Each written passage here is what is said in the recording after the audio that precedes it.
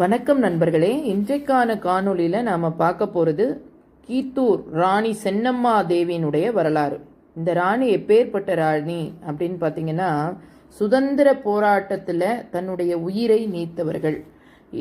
இந்திய சுதந்திர போராட்ட வரலாற்றில் மிக முக்கியமான ஆனால் பெரும்பாலும் மறைக்கப்பட்ட ஒரு வீர நாயகியின் கதை தான் இந்த கித்தூர் ராணி சென்னம்மா.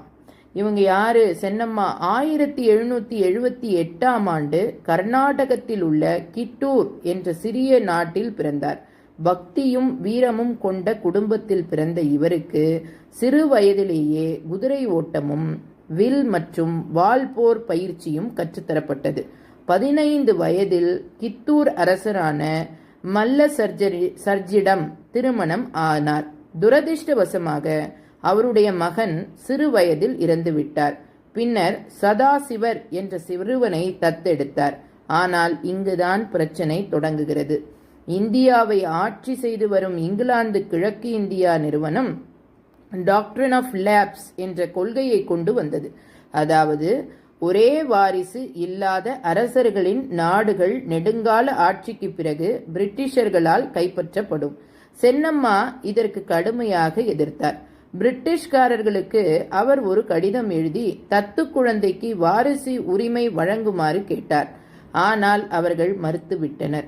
1824 சென்னம்மா பிரிட்டிஷாருடன் நேரடியாக போரிட்டு எதிர்த்தார்.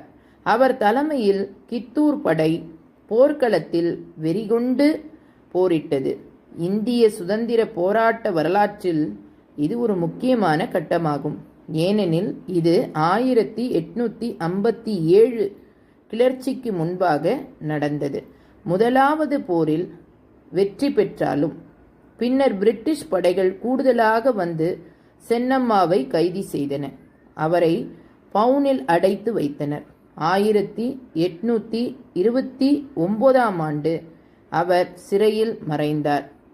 சென்னம்மா ஒரு தாயாகவும் ஒரு அரசியாகவும் ஒரு போராளியாகவும் ஒரு புரட்சி செயற்பாட்டாளியாகவும் நம் மனங்களில் என்றும் வாழ்கிறார்.